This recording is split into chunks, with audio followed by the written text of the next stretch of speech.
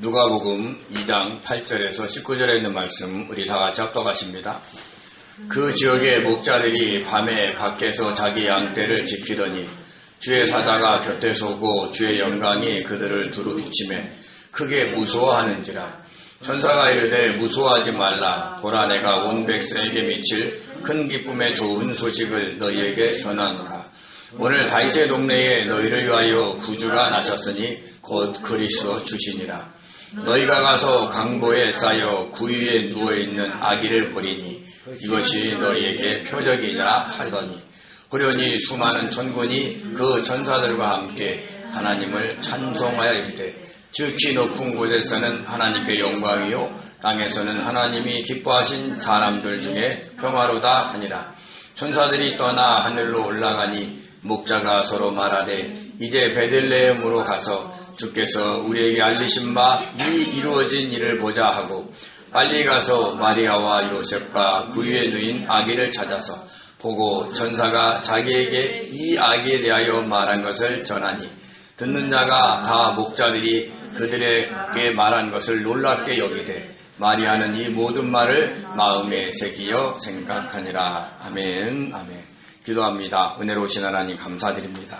하나님께서 저희들을 사랑하셔서 예수 탄생에 축하하는 자리에 모이게 하심에 감사드립니다. 하나님 귀한 말씀이 선포될 때에 주님께서 오심을 더 깊이 새길 수 있도록 은혜 내려 주시옵소서. 감사하며 예수님의 이름으로 기도드립니다. 아멘. 아멘. 오늘은 성탄절입니다. 그래서 우리 좌우 앞뒤로 메리 크리스마스 한번 하시겠습니다. 메리 크리스마스. 메리 크리스마스. 네. 이게 외국 사람들은 이게 메리 크리스마스가 아주 자연스러운데 우리는 꼭 뒤에다가 메리 크리스마스 하세요. 이게 딱 한 단어로 끝을 내기가 민망해요. 특히 나이 든 사람은 더 그런 것 같습니다. 저도 어제 어떤 분한테 메리 크리스마스입니다 라고 하더라고요. 많이 어색하죠. 미국 역사상 가장 위대한 복음 전도자라고 하는 D.L. 무디는 평생 100만 명 이상을 전도했다고 하고 2억 명이 넘는 사람들에게 복음을 전했다라고 합니다. 자, 그에게는 함께 사역하는 찬양 사역자가 있었는데 그 사람이 생키입니다. 1870년 6월 무디는 인디애나폴리스에서 YMCA 국제대회 대표로 파견된 이 젊은 가수 생키를 처음 만납니다. 청중들에게 활기를 불어넣는 생키의 노래에 감동해서 그는 자신과 함께 사역해 주기를 강권했고 두 사람은 평생 완벽한 파트너로 전도 사역을 계속했습니다.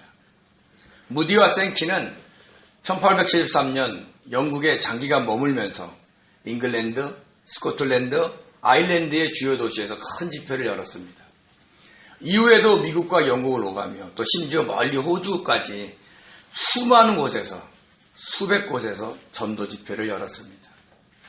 이때 생키는 양 99마리 즉 지금 찬송가 297장을 시작으로 부르기 쉬우면서도 무디의 복음 메시지를 강조할 수 있는 노래들을 작곡해서 수많은 군중들의 열렬한 호응을 얻었습니다.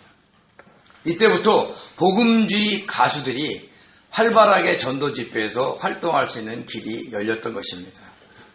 요즘 찬양 집회처럼 찬양으로 성도들의 마음문을 열어놓으면 그 위에 목사님들이 하나님의 말씀을 전하는 것과 같습니다. 다시 말해서 요즘 집회의 원조가 바로 무디와 생키였던 것입니다. 어느 날 찬양 사역자 생키가 배를 타고 여행을 하고 있었는데 그 배에서 탄 사람들이 생키가 배에 탔다는 것을 알고 그를 찾아와서 찬양을 불러달라고 부탁을 했습니다. 얼마나 은혜스럽게 찬양을 했으면 이런 부탁을 하겠습뭐니까 아마 저에게는 그런 부탁한 사람이 없을 겁니다. 듣기 힘들 테니까요. 요즘 그 프로그램에 그 노래 부르는 프로그램 많잖아요. 노래하는 사람, 잘하는 사람이 왜 이렇게 많은지 모르겠어요. 참 정말 잘하는 사람이 많아요. 근데 그날이 12월 24일이어서 생키는 목자의 노래라는 성탄 캐롤을 불렀습니다. 근데 그 노래가 끝나자 한 사람이 그에게 다가와 물었습니다. 혹시 당신 남북전쟁 때 북군이었지요? 라고 물어본 겁니다. 그래서 생키가 어떻게 하셨습니까? 라고 대답을 했죠. 그러자 그는 자신의 이야기를 합니다. 한창 미국이 남북으로 나눠서 전쟁이 심했을 때 1862년 12월 25일 크리스마스 이브 때 그는 남군의 수색대원으로 북군 진지 깊숙한 곳에 침투를 했습니다. 그때 자기 바로 앞에서 노래를 부르는 북군의 보초병이 있었어요.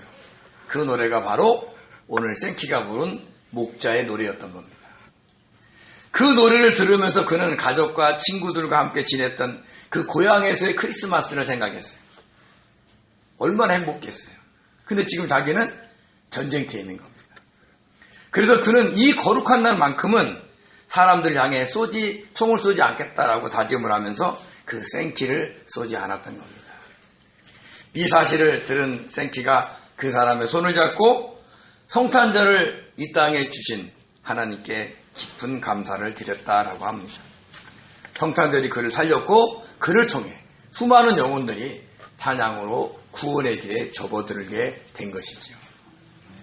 성탄절, 우리의 구세주신 아기 예수께서 이 땅에 오심을 축하하는 날입니다. 하나님의 아들 예수 그리스도가 육신을 입고 이 땅에 오신 것은 어느 날 갑자기 일어난 일이 아닙니다. 아주 오래전서부터 예언된 일이 성취된 것입니다. 얼마나 오래되었느냐면 하나님이 아담과 하와를 창조하셨을 때부터였으니까, 즉 성경의 역사가 시작할 때부터였으니까 이 예언은 정말로 오래된 것입니다. 우리 창세기 3장 16절을 보겠습니다. 같이 읽겠습니다. 내가 너로 여자와 원수가 되게 하고 내 후손도 여자의 후손과 원수가 되게 하리니 여자의 후손은 내 머리를 상하게 할 것이요 너는 그의 발꿈치를 상하게 할 것이니라 하시고. 아멘. 뱀이 하와에게 접근해서 너도 하나님처럼 될 수 있다는 욕망을 심어주고 선악과를 먹게 했습니다. 그로 인해서 남편인 아담까지 선악과를 먹었는데 이것이 선악을 알게 하는 나무의 열매를 먹지 말라는 하나님과의 언약을 어긴 것입니다. 그 후 하나님이 뱀에게 저주하실 때 하신 예언의 말씀이 이 말씀입니다. 이 땅에 태어난 모든 사람들은 다 남자와 여자로부터 태어납니다. 남자의 씨를 받아서 전부 남자의 후손이죠. 그러므로 여자의 후손으로 태어날 사람은 아무도 없었습니다. 근데 하나님이 여자의 후손으로 태어날 사람이 있다라고 예언을 하신 겁니다.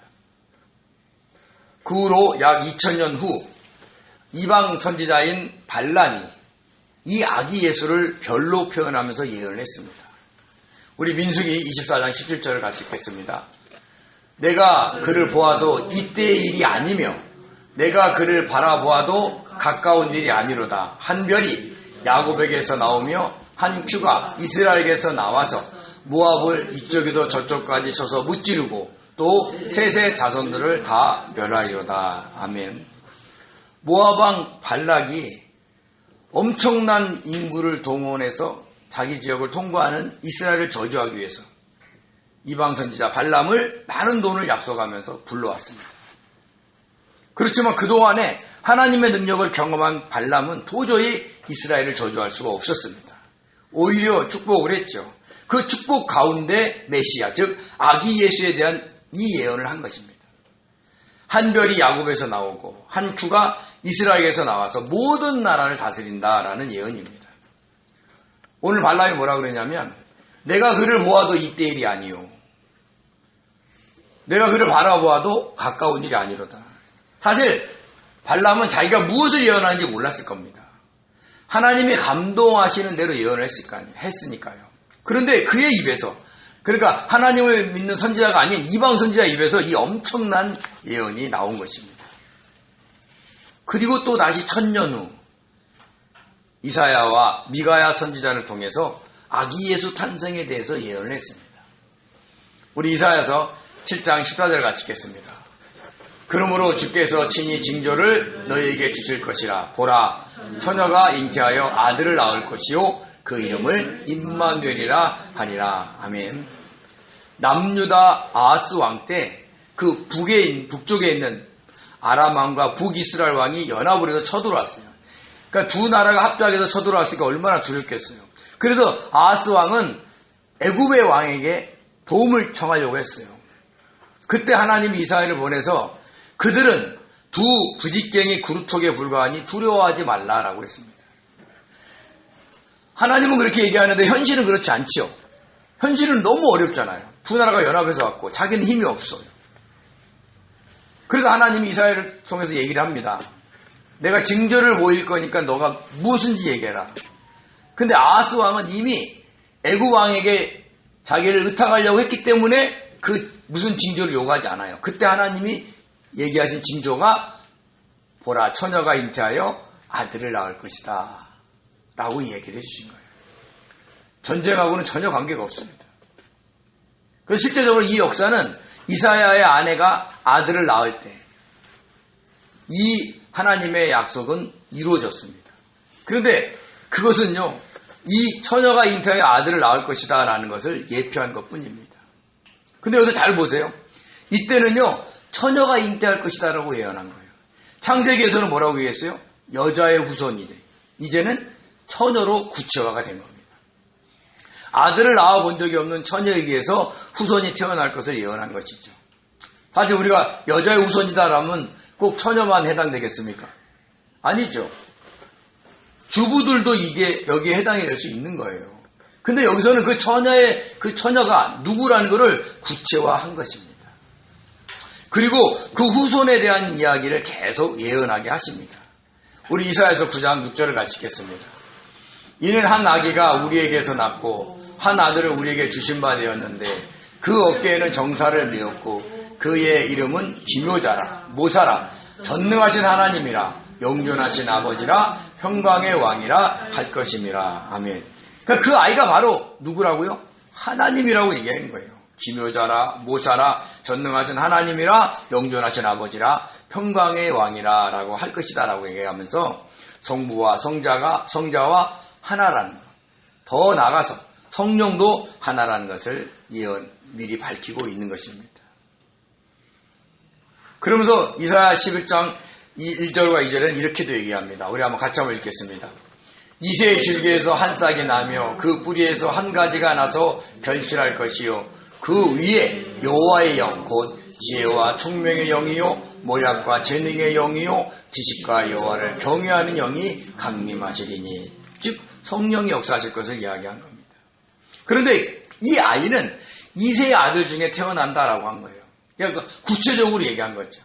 즉 여자의 후손이 누구의 족보에서 태어날 것을 예언한 겁니다. 그러니까 예언이 되면서 점점 구체화가 되는 것이죠.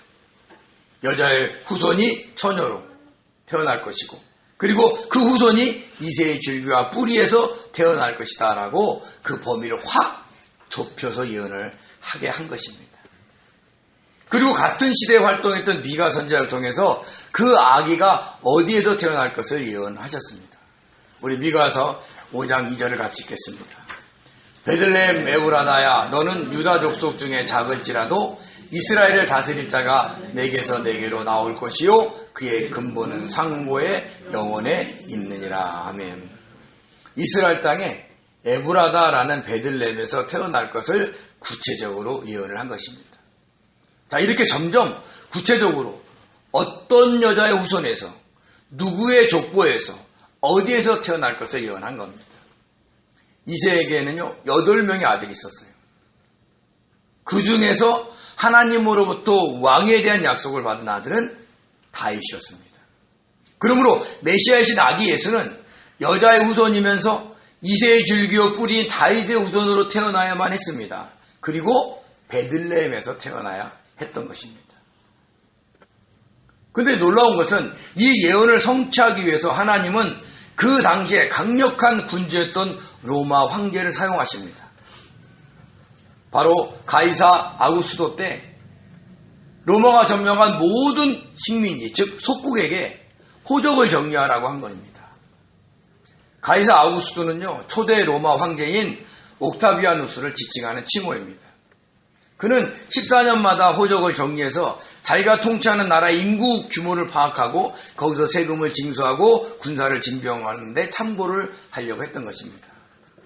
오늘날 우리나라도 5년마다 인구 주택 총조사를 합니다. 단순히 숫자 집계가 아니라 복지, 교육, 교통, 주거 등 국가 주요 정책의 기초 자료가 되는 아주 매우 주요한 자료이죠. 이를 통해서 국민의 생활 현황과 그리고 사회 구조를 종합적으로 파악을 하고 있습니다. 인구 구성과 변화, 가구 형태, 주거 환경 등을 확인해서 더 나은 정책을 수립하는 기초 자료로 활용하려고 한 것입니다. 이렇게 나라의 규모를 알아야 그에 맞는 정책을 펼 수 있는 것입니다. 그래도 로마 황제도 호족을 정리하다 하라라고 명령을 했습니다. 이런 로마 황제 명령에 따라 모든 속국에서, 즉 식민지에서는 호족을 정리하기 시작했습니다. 다양한 나라, 다양한 풍토에 의해서 호족을 정리하기 시작했는데 특별히 이스라엘은 다른 나라와는 달리 여호와 때 분배받은 지파의 땅이 있었습니다. 또 각 집안마다 정해진 지역이 있었습니다. 그래서 요셉은 유다 지파였고 그 집안에 정해진 지역이 베들레헴이었던 것입니다. 그래서 요셉은 호족을 정리하기 위해서 고향으로 출발했습니다.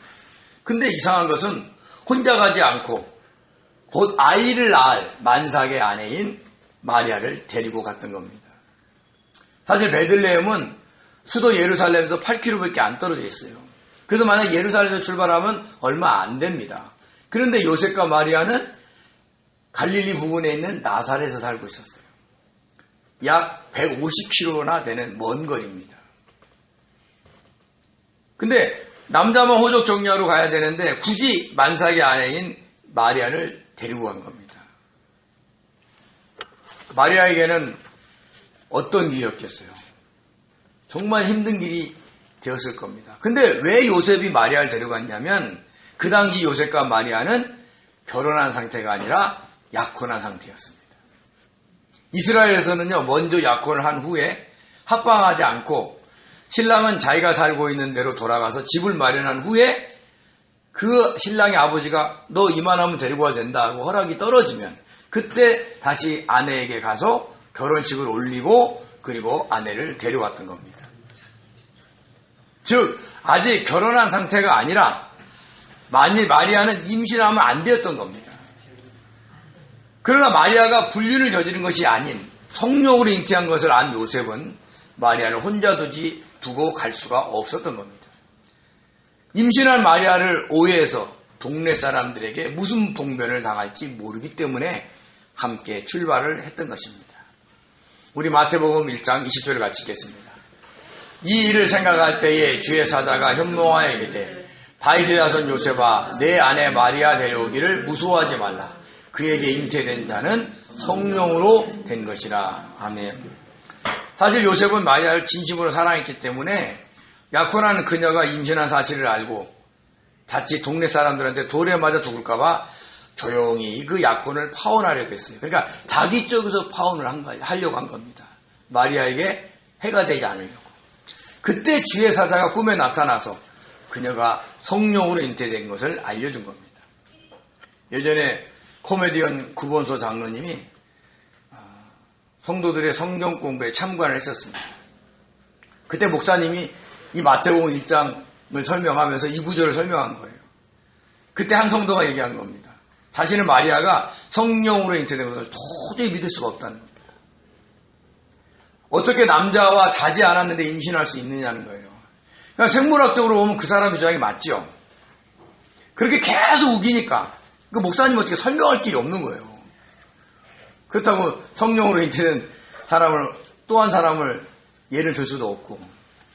그때 그것을 보고 있던 구본소 장로님이 한 말이 있습니다. 야, 남편이 요셉도 믿는데 왜 너가 못 믿냐? 그랬다고 합니다. 근데 사실 믿기 어렵습니다. 주의 사자가 꿈에 나타나서 말했어요. 그래서 요셉은 자신이 마리아를 너무 사랑해서 그런 꿈을 꾼 게 아닐까라고 생각할 수도 있죠. 그죠? 우리도 어떤 일을 계속 생각하면 어떤 일이 있습니까? 그거에 연이어서 막 꿈에 나타나기도 하잖아요.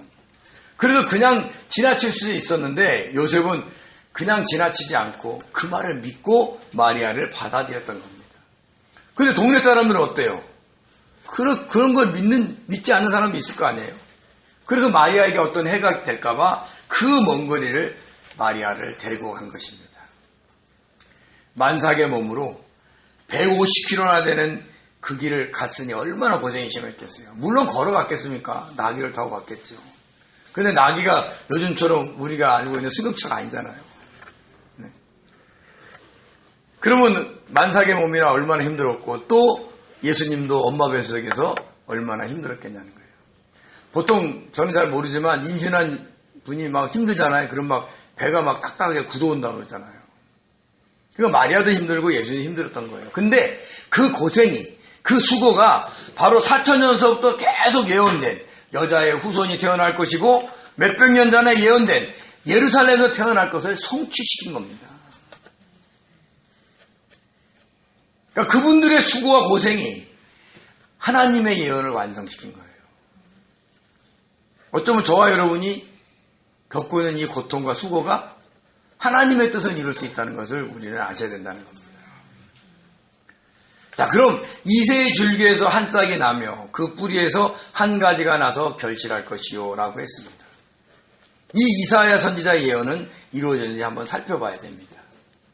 요셉은 이새의 후손이 맞습니다. 구체적으로 말하면 이새의 아들 다윗에게서 난 솔로몬의 후손입니다. 우리 마태복음 1장에 요셉의 족보가 나오죠. 한번 부분적으로 한번 읽어보겠습니다. 아브라함과 다윗의 자손 예수 그리스도의 계보라. 유다는 다말에게서 베레스와 세라를 낳고 베레스는 헤스론을 낳고 헤스론은 람을 낳고 이새는 다윗 왕을 낳았으니 다윗은 우리아의 아내에게서 솔로몬을 낳고 야곱은 마리아의 남편 요셉을 낳았으니 마리아에게서 그리스도라 칭하는 예수가 나시니라. 아멘. 그러니까 이게 요셉의 족보입니다. 그럼 마리아는 어떨까요? 마리아도 이새의 후손입니다. 이새의 아들 다윗에게서 난 나단의 후손입니다. 그러니까 솔로몬과 나단은 형제예요. 그걸 누가복음 3장에서 마리아의 족보를 통해서 우리는 알 수 있습니다. 한번 누가복음 3장을 같이 한번 읽겠습니다. 예수께서 가르치심을 시작할 때에 30세쯤 되시니라.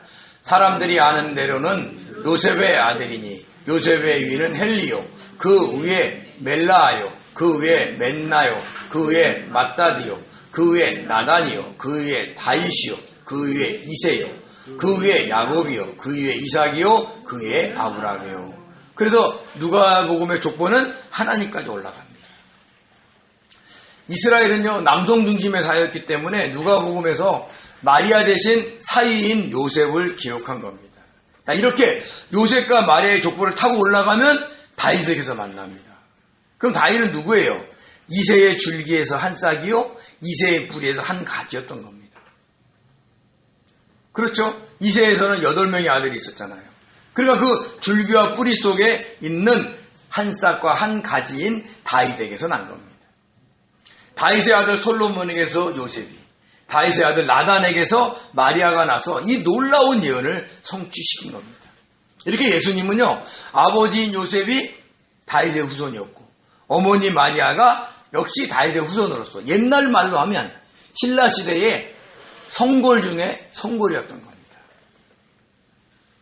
이런 예수님, 메시아에 대한 구약의 모든 예언이 이루어지는 역사적인 순간과 장소에 대해서 의외로 천사는 가장 먼저 목자들에게 알립니다.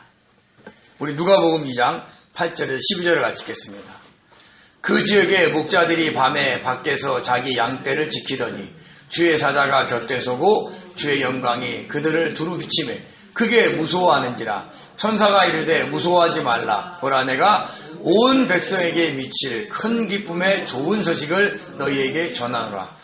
오늘 다윗의 동네에 너희를 위하여 구주가 나셨으니 곧 그리스도 주시니라.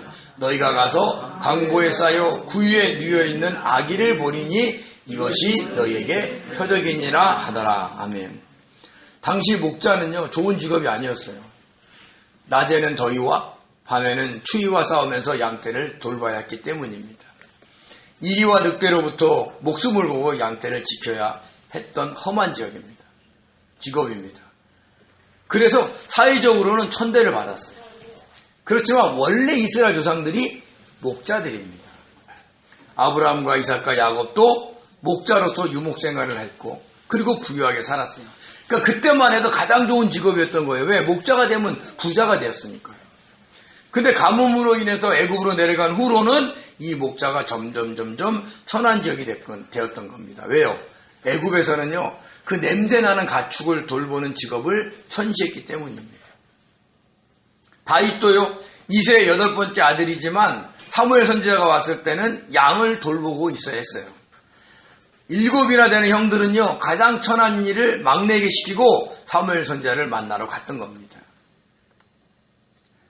그렇지만 다윗은 어때요? 사자와 곰이 나타날 때에도 두려워하지 않고 목숨을 걸고 양떼를 지켰습니다. 때로는 물매를 돌리며 싸웠고 때로는 맨손으로 싸우기도 했습니다. 그러니까 목숨을 걸고 양을 지킨 겁니다.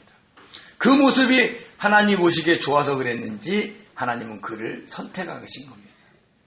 그렇게 양을 위해 쓰는 목자들에게 가장 좋은 기쁜 소식을 전하는 것입니다. 다윗의 동네에 구주가 나셨는데 지금 강포에 쌓여 누운 아기가 그리스도다라고 얘기한 거예요. 그러니까 너희들이 그토록 고대하고 고대했던 그 구약의 메시아가 그 사람이다, 그 아기다라고 얘기한 거예요. 그래서 목자들은 어떻게 했겠어요? 바로 그냥 내비게이션을 켜가지고 그냥 마리아를 찾아갔겠어요? 아니죠. 온 베들레헴을 돌아다니지 않았겠어요? 강보에 쌓여서 구유에 누워 있다니까. 구유가 뭐예요? 말과 소의 먹이통이잖아요. 여물통이잖아요. 그러니까 온 베들레헴의 마구간을 막 뛰어다닌 거예요. 근데 정말로 강보에 쌓여서 구유에 누인 아기가 있었던 겁니다. 이렇게 가장 비참한 자에게 복음의 빛을 가장 먼저 비친 것은 그 아기가 선한 목자로 살다가 죽으실 예수 그리스도였기 때문입니다. 그렇게 천사가 목자들에게 기쁜 소식을 전할 때 호련히 천군들이 나타나서 그 천사들과 함께 찬양을 했습니다. 우리 같이 한번 읽어보겠습니다. 13절과 14절입니다. 호련히 수많은 천군이 그 천사들과 함께 하나님을 찬송하이르되 지극히 높은 곳에서는 하나님께 영광이요 땅에서는 하나님이 기뻐하신 사람들 중에 평화로다 하시니라. 아멘. 지극히 높은 곳은 어디예요? 천국이죠. 그곳에서는 하나님께 영광이 되었다는 거예요. 왜 하나님께 영광이 되었을까요? 바로 하나님이 창세전에 택하신 백성들이 천국에 들어올 수 있는 길이 열리기 시작했기 때문입니다. 아직 예수님께서 십자가에 못 박혀 죽으시기 전이기 때문에 완성된 게 아니라 열리기 시작했던 거죠. 또 하나님이 기뻐하신 사람들이란 것은 하나님의 창세전에 택한 자기 백성들인 겁니다. 저와 여러분을 포함해서 그 사람들이 하나님과 화목을 이루고 평화를 누릴 수 있는 길이 열리기 시작을 했습니다. 그렇지만 예수님이 십자가에 못 박혀 죽으신 것이 아니기 때문에 완성된 것은 아닙니다. 그래서 진정한 영광과 평화는 33년 후에 예수님께서 십자가에 못 박혀 죽으실 때 완성이 되었습니다. 이렇게 성경에는요, already not yet, 이미 그러나 아직이라는 원리가 늘 작동하고 있는 겁니다.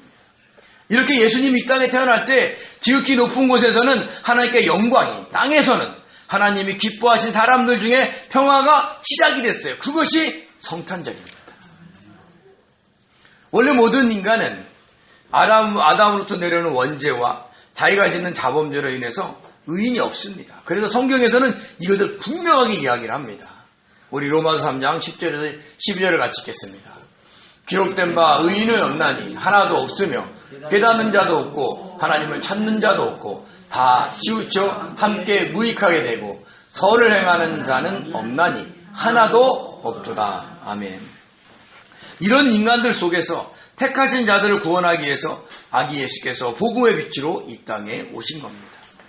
의인이 하나도 없기 때문에 구원받아 천국에 들 사람이 한 사람도 없었습니다. 그렇지만 예수님께서 우리의 모든 죄를 품에 안고 하나님의 저주를 받아 십자가에 못 박혀 죽으셨기 때문에 우리의 죄가 용서를 받았습니다. 그러니까 죄가 없어진 겁니다. 죄인이 의인이 된 것입니다. 그래서 의로우신 하나님과 화목하게 된 것이죠. 그런데 예수님께서 십자가에 못 박혀 죽으신 것은 예수님께서 영광을 얻는 순간이었다는 걸 얘기합니다. 우리 요한복음 12장 23절 25절 같이 읽겠습니다. 예수께서 대답하여 이르시되 인자가 영광을 얻을 때가 왔도다. 내가 진실로 진실로 너희에게 이르노니 한 알의 밀이 땅에 떨어져 죽지 아니하면 한 알 그대로 있고 죽으면 많은 열매를 맺느니라. 자기의 생명을 사랑하는 자는 잃어버릴 것이요 이 세상에서 자기 생명을 미워하는 자는 영생하도록 보전하리라. 아멘. 많은 열매를 맺기 위해 예수님은 십자가에 못 박혀 죽으시면서 영광을 얻은 겁니다. 그 영광이 하늘에는 영광이요 땅에는 평화를 완성을 한 것입니다. 그러면서 예수님은 우리들에게도 그 영광과 평화를 완성하라고 자기를 부인하고 십자가의 길을 오라고 제시를 한 것입니다. 자기 생명을 사랑하지 않고 미워하라고 했어요. 자기 뜻대로 살지 말고 항상 자기를 부인하고 주님의 뜻대로 살아서 우리가 얻어야 될 영광을 얻으라는 거예요. 그것이 뭐예요? 하늘에는 영광이요 땅에는 평화를 완성하는 길인 겁니다. 그래서 우리 한 사람 한 사람이 영광을 얻는 그 십자가의 길을 가야 진정한 영광과 평화가 우리에게 이루어지고 그리고 그것이 완성되어 가는 것입니다. 예수님께서 완성하신 그 영광과 평화를 이제 저와 여러분이 완성해야 할 차례입니다. 그래서 성탄절은 그 완성을 향해 가야 되는 그것을 우리에게 알려주는 계기로 삼아야 한다는 것을 잊지 마시기 바랍니다. 영광을 얻기 위해 태어나신 아기 예수를 축하하면서 우리도 영광을 얻기 위해 하늘의 밀처럼 나는 죽고 예수로 사는 삶을 살아서 하나님께 진정한 영광 그리고 우리 주변 사람들에게는 진정한 평화를 주는 복된 성도님들 되시기를 예수님의 이름으로 축원드립니다. 기도하겠습니다. 은혜로우신 하나님 고맙고 감사를 드립니다. 하늘에는 영광이 그리고 땅에는 하나님의 기뻐하신 사람들 중에 평화가 있게 하신 것을 진심으로 감사를 드립니다. 주님께서 십자가에 못 박혀 죽으심으로 영광을 얻어 그 영광과 평화를 이루셨던 것처럼 완성하셨던 것처럼 우리들도 예수님의 그 길을 따라서 십자가의 삶을 살아 우리가 얻는 영광으로 하늘에는 영광이요 땅에는 평화가 이루어지는 그것을 완성시키는 자들이 될 수 있도록 축복하여 주옵소서. 성령께서 역사하실 줄 믿사옵고 감사하며 예수님의 이름으로 기도드립니다. 아멘. 아멘. 감사합니다.